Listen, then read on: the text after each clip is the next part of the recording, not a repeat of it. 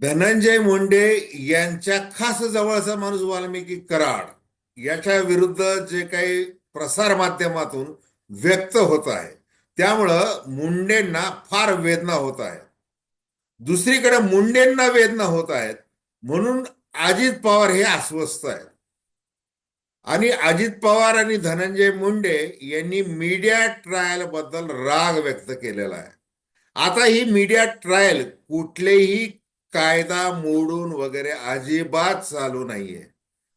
आणि सुप्रीम कोर्टाने, हायकोर्टाने वेळोवेळी जे काही दाखले दिलेले आहेत वेगवेगळ्या याचिकांच्या दरम्यान, त्याच्यामध्ये 19(1)(a) अर्थात freedom of expression and speech हा जो काही मूलभूत अधिकार आहे मीडियाला, त्याच्या चौकटीत राहून मीडिया आपलं काम बजावू शकतो. उल्लंघन जर होत आहे असं जर मुंडे आणि अजित पवारांना जर वाटत असेल तर त्यांनी अवश्य, म्हणजे माझी अशी त्यांना नम्र विनंती राहील की आपल्याला जर असं वाटतं की मीडिया ट्रायल चालू आहे आणि कायदा मोडून ती चालू आहे तर तुम्ही कोर्टाचे दरवाजे ठोठावू शकता. मेन स्ट्रीम मधले टीव्ही चॅनल, दैनिक आणि विशेष म्हणजे सोशल मीडिया, या तिन्ही प्रकारच्या माध्यमातून लोकांचा आवाज प्रसारित केला जातोय, लिहिला जातोय. आणि त्या एकूणच सगळ्या, तुम्हाला जर त्याचा त्रास होत असेल, तुम्हाला वाटतं की सनसनाटी करण्यासाठी होत आहे, तुम्हाला असं वाटत असेल की कुणाच्या तरी सांगण्यावरून आपली मीडिया ट्रायल करून आपल्याला राजकारणातून हद्दपार केलं जात आहे, तर तसं अजिबात नाही. म्हणजे या एकूणच विषयी आता धनंजय मुंडेंच्या संदर्भात अनेक गोष्टी सांगण्यासारख्या आहेत. त्याचा उहापोह या व्हिडिओमध्ये मी थेटपणे करणार आहे. माझी आपल्या सगळ्यांना विनंती आहे की ही ही जी काही चर्चा आहे ही स्वतंत्र पत्रकारिता म्हणून सर्वसामान्यांच्या दृष्टिकोनातून आपण करतोय, ती शेवटपर्यंत ऐका. फार याला याचिकेमधले संदर्भ वगैरे न देता आपण थेट वाल्मिक कराड हा या स्वर्गीय संतोष देशमुख यांच्या हत्या प्रकरणातला मुख्य सूत्रधार कसा आहे, त्याला आज त्याची पोलीस कोठडी संपवून पुन्हा न्यायालयीन कोठडी मिळालेली आहे, मकोका लागलेला आहे, हत्येचा गुन्हा 302 अन्वये कारवाई चालू आहे. या सगळ्या विषयी आपण चर्चा करणार आहोत आणि तो धागा पकडत आपण मीडिया ट्रायल म्हणजे नेमकं काय हे देखील आपण अतिशय थोडक्यामध्ये बघणार आहोत. तर माझी आपल्याला विनंती की चॅनल सबस्क्राईब करावं, सबस्क्राईबचं बटन दाबावं आणि आपल्या प्रतिक्रिया बिनधास्तपणे नोंदवाव्या. हे बघा, गेले 1.5 महिना स्वर्गीय संतोष देशमुख यांच्या हत्येमुळं महाराष्ट्र हळहळतो आहे. 9 डिसेंबरला हत्या झाली आणि ती हत्या ज्या प्रकारे झाली म्हणजे क्रौर्याची परिसीमा गाठली गेली. कशा पद्धतीने अगदी मरण हे त्या देशमुखांच्या नशिबी या नराधामांनी आणलं हे बघून महाराष्ट्राचा उद्वेग जो आहे, संताप जो आहे, क्रोधाग्नी जो आहे तो अजूनही थंडावलेला नाही आणि तो थंडावणार देखील नाही जोपर्यंत वाल्मिक कराड, सुदर्शन घुले आणि बाकीच्यांना फासावर लटकवलं जात नाही तोपर्यंत. आता मग ही जी भावना आहे लोकांची तीच आमची देखील आहे असं धनंजय मुंडे म्हणत आहेत की मारेकऱ्यांना फाशीची शिक्षा झाली पाहिजे. अजित पवार सुद्धा तेच म्हणत आहेत. आता मीडिया ट्रायल हे जे कारण सांगितलं जात आहे, कारण की आता कसं आहे की सगळे म्हणजे ह्या निमित्ताने काय झालेलं आहे, मंत्री म्हणून केलेले घोटाळे आलेले आहेत, आमदार म्हणून केलेले घोटाळे समोर आलेले आहेत, खाजगी व्यावसायिक म्हणून घोटाळे उघडकीला आलेले आहेत, सगळ्या प्रकारचे घोटाळे उघडकीला येत आहे. आता वाल्मिक कराड तुमच्या जवळचा आहे असं तुम्ही एकीकडे मान्य करता, दुसरीकडे असं म्हणता की माझे त्या वाल्मिक कराडबरोबर कुठलेही आर्थिक संबंध नाही, ते आरोप सगळे खोटे आहेत.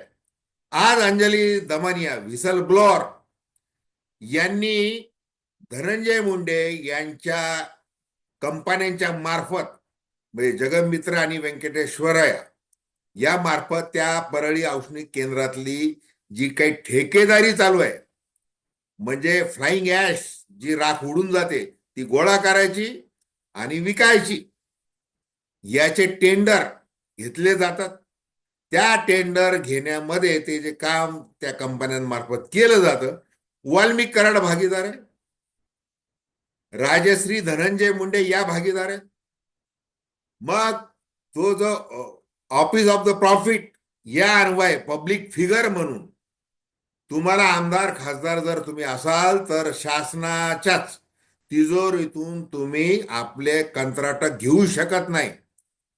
आता ते महाराष्ट्रामध्ये काय होतंय सध्या ते सगळ्यांना काही वेगळं सांगायची गरज नाही. आता अजितदादा पवार हे उदार हस्ते सगळ्या आमदारांना काय करत असतात, स्थानिक विकास निधी देत असतात. 5 कोटी घ्या आणि काय करा, 10% लाटा. कलेक्टरला पत्र देण्याच्या आधी 10% लाटा. मोठ्या टायरच्या गाड्या घ्या, रेबनचा गॉगल घाला, सोन्याच्या साखळ्या घाला, वाढदिवसाला मोठमोठे बॅनर लावा आणि बिनधास्त राहा. पुन्हा सगळं आता तुम्हाला अर्थसंकल्प ऐकायचा आहे का? पेन ड्राईव्ह मध्ये तो दिला जाईल 100 रुपयाच्या. पण तुम्हाला बॅग दिली जाईल, 82 लाख रुपयाची तरतूद केलेली आहे. पुरवणी मागण्या, प्रत्येक आमदाराला खुश ठेवायचं आहे, हे सगळं केलं जात आहे. मग अशा परिस्थितीमध्ये जर बीड खुनाविषयी म्हणजे ही जे काही हत्या प्रकरण आहे देशमुखांचं, त्या निमित्ताने जर चर्चा उघडपणे होतीये, ती चालू आहे आणि ती चालू असताना ती लोकांपर्यंत पोहोचवायची नाही. मग धनंजय मुंडे, आपण ज्या वेळेला आपल्या काकांचा हात सोडला आणि त्यांनी ज्या वेळेला पंकजा मुंडे यांना विधानसभेचं तिकीट दिलं, तुम्ही भाजयुमोचे म्हणून काम करत होता. तुमची इच्छा होती की आपण विधानसभा लढवावी आणि त्यासाठी गोपीनाथजी मुंडे यांनी आपल्याला आशीर्वाद द्यावा, परंतु तसं काही ते झालं नव्हतं. मग त्यावेळेला मी स्वतः देवगिरी तरुण भारतमध्ये आपल्याविषयी अग्रलेख लिहिला होता. राज ठाकरेंचाही संदर्भ दिला होता आणि आपला देखील संदर्भ दिला होता. आणि पुतण्यांचं कर्तृत्व हे काका जे शिखरावर गेलेले आहेत राजकारणामध्ये ते का नाकारतात असा प्रश्न विचारला होता. तो अग्रलेख वाचून आणि तोही देवगिरी तरुण भारतमध्ये आलेला, तर आपण मला संपर्क केला होता, कॉल केला होता, त्यावेळेला आपलं बोलणं झालं होतं. आणि मग अशा प्रकारे परळीचे स्थानिक वार्ताहर असतील, मुंबईचे असतील, महाराष्ट्रातले कितीतरी वार्ताहर म्हणजे आपल्या पाठीशी त्यावेळेला उभे राहिलेले. आणि तुम्ही जे काही कर्तृत्व, जे काही इव्हेंट्स मोठमोठे करता, शासकीय योजनांचे काम करता, तुमचं शेरो शायरीने, संस्कृत कवनांनी जे काही भाषण रंगलेलं असतं, त्याच्या सगळ्याच्या बातम्या दिल्या जातात. त्यावेळेला मीडिया ट्रायल नसती का? त्याला मीडिया ट्रायल त्यावेळेला म्हणत नाही तुम्ही. मग ज्या वेळेला तुम्ही आर्थिक घोटाळे करता आणि ज्यांनी अनेक मुडदे पाडलेत, म्हणजे अमुक समाजाचेच असे नाही, म्हणजे ते सुरेश दत्त म्हटलेत की आता जे काही 15-16 जे यादी आहे त्यांच्याकडे, ते महादेव मुंडेंचं एक नाव समोर आलेलं आहे. ऑक्टोबर 23 मध्ये तहसील कार्यालयाच्या समोर त्यांचे हाल हाल करून मारलेलं आहे. म्हणजे असे वंजारी समाजाचेच आणि ज्यांचे मुडदे पाडण्यात आलेले आणि वाल्मिक कराडच्याच गँगनी पाडलेले आहेत असं त्यांना म्हणायचं आहे. आणि मग हे वाल्मिक कराडचं कृत्य तुम्हाला दिसत नव्हतं? कृष्ण कृत्य दिवसा ढवळ्या चाललेलं. मग तुम्ही पालकमंत्री होता, सामाजिक न्याय मंत्री होता, विधान परिषदेले मधले विरोधी पक्ष नेते होता, त्यावेळेला तुम्हाला हे काही दिसत नव्हतं? मग या गुन्हेगारी संबंधी जर मीडिया बातम्या देत आहे आणि या सगळ्या उकल करतंय, तर त्याला तुम्ही मीडिया ट्रायल कसं म्हणताय? लोकांना व्यवस्थित माहिती दिली पाहिजे. आता केवळ मनोरंजन करायचंय किंवा कुठली ड्रामेबाजी करायची आहे, त्याच्यामध्ये संगीत टाकायचं आहे, असं करून जर कुणी काही करत असेल तर त्यांना तुम्ही कोर्टामध्ये खेचा. पण तुमच्यामध्ये ते नैतिक धैर्य उरलेलं आहे का, प्रश्न हा आहे. कुणीच म्हणजे कुठलाही, अगदी सोशल मीडियावर सध्या जे काही चालू आहे ते देखील, की कुणी उठसूट कुणावर असा आरोप करू शकत नाही हो, की यांनी मुर्दा पाडलाय, दिवसा ढवळ्या खून केलेला आहे, अपहरण केलेलं आहे, अमुक केलेलं आहे. तुमचे व्हिडिओ बोलतात, तुम्हाला निवडून आणायचं, विक्रमी मतांनी निवडून आणायचं म्हणून प्रतिस्पर्धी उमेदवाराला कशा धमक्या दिल्या, पोलिसांना कसा म्हणजे तिथून हिसकावून लावलं, याचे व्हिडिओ आलेले आहेत. आणि काल विष्णू चाटे जो तुमच्या पक्षाचा तालुक्याचा अध्यक्ष, त्याच्या कार्यालयामध्ये राजेश पाटील PSI भेटते, सुदर्शन घोले, प्रतीक घोले, सगळे कृष्ण आंधळे, विष्णू चाटे तर आहेच आहे, आणि वाल्मिक कराड आहे तिथं आहे, सगळे संगनमत करून मग त्या संतोष देशमुखचे हलहल करून कसं मारायचं हे ठरलेलं आहे. कुठल्या ढाब्यावर ठरलेलं आहे वगैरे ते सगळे व्हिडिओ येत आहेत. आणि मग ते जर व्हिडिओ येत आहेत म्हणजे ते चलचित्रण बोलतं ना. असं कुणी म्हटलेलं आहे का की अमुक दिवशी अमुक वाजता असं असं झालं होतं, तिथं हा होता तो होता. आधाराशिवाय जर कुणी बोलत असेल तर तुम्ही बोला की मीडिया ट्रायल चालू आहे, मीडिया ट्रायल चालू आहे. मग धनंजय मुंडे आपल्याला ज्यांनी आत्ता या सगळ्या परिस्थितीत देखील जो राजाश्रय दिलेला आहे, आशीर्वादाचा हात तुमच्या डोक्यावर ठेवलेला आहे, त्या अजित पवारांना माझा प्रश्न आहे. तुम्ही 70,000 कोटी रुपयाच्या सिंचन घोटाळ्याच्या आरोपांविषयी माझी कशी मीडिया ट्रायल झाली हे सांगितलं काल तुम्ही मुंबई मंत्रालय विधिमंडळ वार्ताहर संघाने आयोजित केलेल्या कार्यक्रमामध्ये.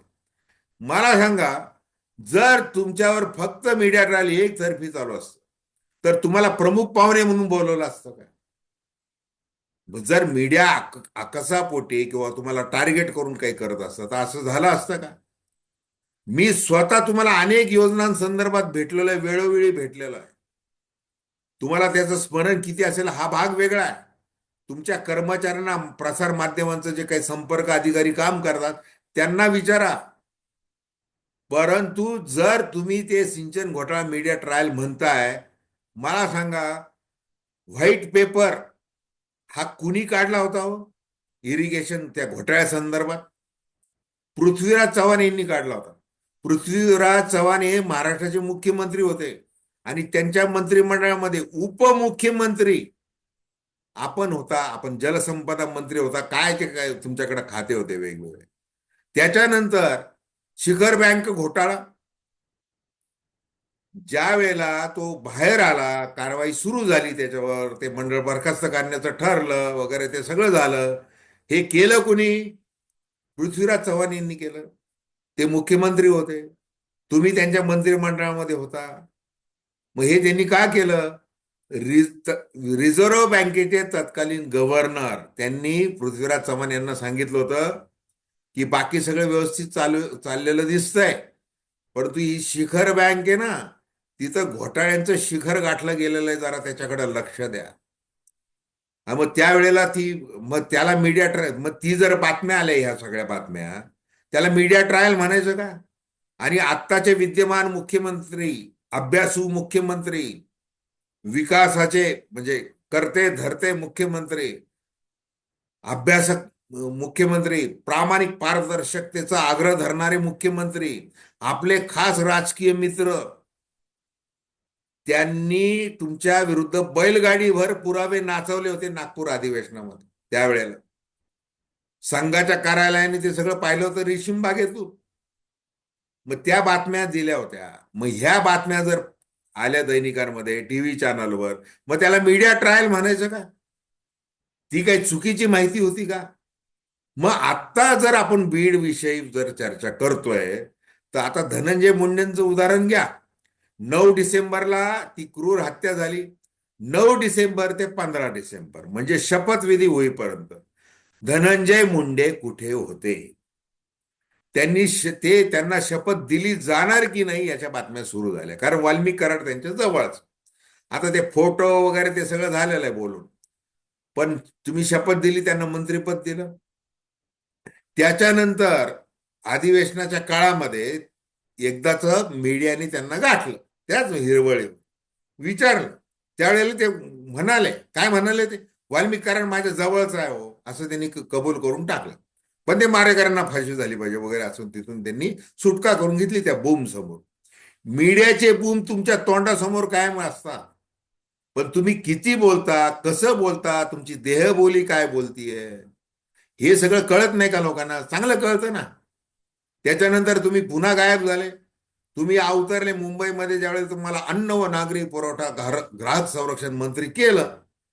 मग तुम्ही सह्याद्री विश्रामगृहावर मुख्यमंत्री देवेंद्र फडणवीस यांना भेटले आणि मीडियाने तुम्हाला गाठलं. त्यावेळेला तुम्ही असं म्हटले की मी ते जरा खात्याचा कारभार घेतलेला आहे, तो कसा करायचा वगैरे काय त्याची चर्चा करायला आलो. अजित पवार यांना तुम्ही 2-3 वेळेला भेटले. ते ज्या वेळेला केंद्रीय गृहमंत्री अमित शहा यांना दिल्लीला भेटून आले, त्याच्यानंतर तुम्ही भेटले त्यांना. अजितदादा पवार आपले श्रम परिहारासाठी परदेशात जाऊन आले, त्याच्यानंतर तुम्ही भेटले. आणि त्या भेटण्याचं कारण काय सांगितलं तुम्ही? मी अजितदादांना नववर्षाच्या शुभेच्छा देण्यासाठी भेट, तासभर शुभेच्छा दिल्या तुम्ही. आता याच्याविषयी काही मीडियाने बोलायचं नाही. म्हणजे याला सगळं जे तुम्ही सोयीनुसार मौन बाळगलं, सुईनुसार बोलायला लागले. म्हणजे राष्ट्रवादीचं अधिवेशन होतं, गुलाबी ढंगाचं शिर्डीला अधिवेशन ते होतं. पहिल्या दिवशी तुम्ही आले नाही. तुम्ही एक ते आपलं ट्विट केलं, ते पत्र काढलं. त्या पत्रामध्ये तुम्ही म्हटलं की मीच अजितदादांना विनंती केली की तुम्ही पालकमंत्री व्हा. मी मुख्यमंत्र्यांना तशी विनंती केली. म्हणजे तुमची शिफारस लागणार आहे का आता? लोकांना कळत नाही की तुम्हाला देणार नव्हते ते म्हणून. बरं, ते तुम्ही श्रेय घेता म्हटल्यावर अजितदादाही काही बोलले नाही. उलट त्यांनी अधिवेशनाच्या दुसऱ्या दिवशी ज्यावेळेला तुम्ही व्यासपीठावर अवतरले, त्यावेळेला अजित पवार म्हटले की आता ते धनंजय मुंडे यांनी ती वावटळ शांत केलेली आहे वगैरे, आपलं ते सगळं ते आपलं धनू वगैरे असं ते बोलले. ते कौतुक झालं तुमचं. मग ह्या बातम्या द्यायच्या नाहीत. मग आता हे व्हिडिओ, आता पुन्हा बघा, मोर्चेकरी काय म्हणतात, ते सर्व जातीचे धर्माचे मोर्चेकरी काय म्हणतात, ते काय मागणी करत आहेत ते. त्याच्यामध्ये वंजारी समाज आहे, ओबीसी समाज आहे, सगळाच समाज आहे, मराठा समाज आहे, मुस्लिम आहे, सगळेच आहे. 18 पगड जातीचे माणसं आहेत. ते काय मागणी करतात ते? ती बातमी त्याच्या बातम्या द्यायला नको. वाल्मिक कराड विषयी न्यायालय काय म्हणतंय? पोलिसांना काय विचारतंय? तुमच्या SITला काय विचारताय? CIDला काय विचारताय? की तुम्ही एका कॉलच्या याच्यावरून तुम्ही जर ही बातमी करताय का, याला वाल्मिक कराडला तो हत्येचा गुन्हेगार ठरवताय का, असं विचारल्यानंतर ती बातमी दिली नाही पत्रकारांनी. सगळ्यांनीच दिली ना ती बातमी. बरं, मंजिली कराड यांनी तुमची पूर्ण कुंडली वाचली की आम्हाला फक्त वापरून कसं घेतलं आणि आता कसे पळ काढतात आहे, परळीला मुक्काम करत आहेत, वातावरण शांत करायला आले, परळी वैद्यनाथला अभिषेक केला, सगळं केलं. पण तुम्ही वाचवत का नाही? कारण शरण आले 31, म्हणजे 9 तारखेला गुन्हा घडला, मग असे 31 डिसेंबरला शरण आले. पुन्हा 22-31 गाडी आहे अजित शिवलिंग मोराळे यांची, जी मत्साजोगला अजितदादा पवार यांच्या ताफ्यामध्ये होती. तिकडे शरण यायला पण यांना गाडी तीच मिळाली, लिफ्ट मागितली कुणी, वाल्मिक कराडने. कोणाला? मोराळ्यांना. अरे दादा कुठे चालला, मला जरा CID मध्ये सोड. ओ अरे वा, हे हे काय चाललेलं आहे? मग याच्या बातम्या द्यायच्या नाही पत्रकारांनी, आणि त्याला तुम्ही मीडिया ट्रायल म्हणायचं? कशाला तुम्ही म्हणणार? तर तेव्हा जे आहे म्हणजे आपलंच कर्म आहे, आणि ते कर्म जर वेगवेगळ्या पद्धतीने बाहेर येत आहे. आता तुमच्या पक्षाचे प्रकाश सोळुंके, तुमच्याच महायुतीमधले सुरेश धस आहेत भारतीय जनता पार्टीचे, शरद पवार काँग्रेस, राष्ट्रवादी काँग्रेसमधले संदीप क्षीरसागर आहेत, खासदार बजरंग सोनवणे, जितेंद्र आव्हाड आहेत. हे सगळे लोक, यांच्या जीविताला धोका आहे म्हणून शरद पवारांनी मुख्यमंत्र्यांना पत्र लिहिलंय की आता यांना सांभाळा. इतकी जर दहशत तुमची आहे आणि त्याची जर बातमी होत असते, वेळ क्षणाक्षणाला बातमी होतीये त्याची, तर त्याला तुम्ही मीडिया ट्रायल म्हणून स्वतःची जबाबदारी झटकू शकता का, हे आधी सांगा. तर धन्यवाद. हा व्हिडिओ आपल्याला आवडला असेल अवश्य शेअर करा, सबस्क्राईब करा आणि आपल्या प्रतिक्रिया बिनधास्तपणे नोंदवा. धन्यवाद.